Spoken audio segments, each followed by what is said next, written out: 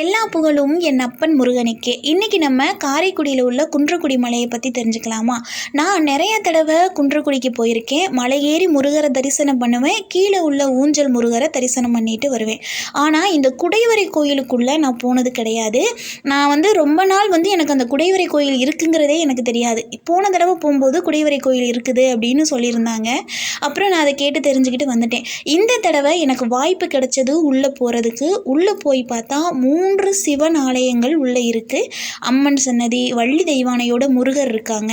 உண்மையை சொல்லணும்னா நான் அதுக்குள்ளே போனோன்னே ஒரு செகண்ட் பயந்துட்டேன். அழகான இடம்.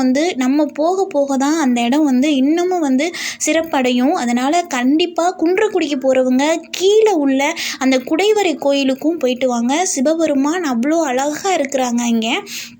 இங்கே உள்ள அந்த பெரிய பெரிய மதில் சுவர்கள் மருது சகோதரர்களால் கட்டப்பட்டது அப்படிம்பாங்க. அவங்களுக்கான பூங்கா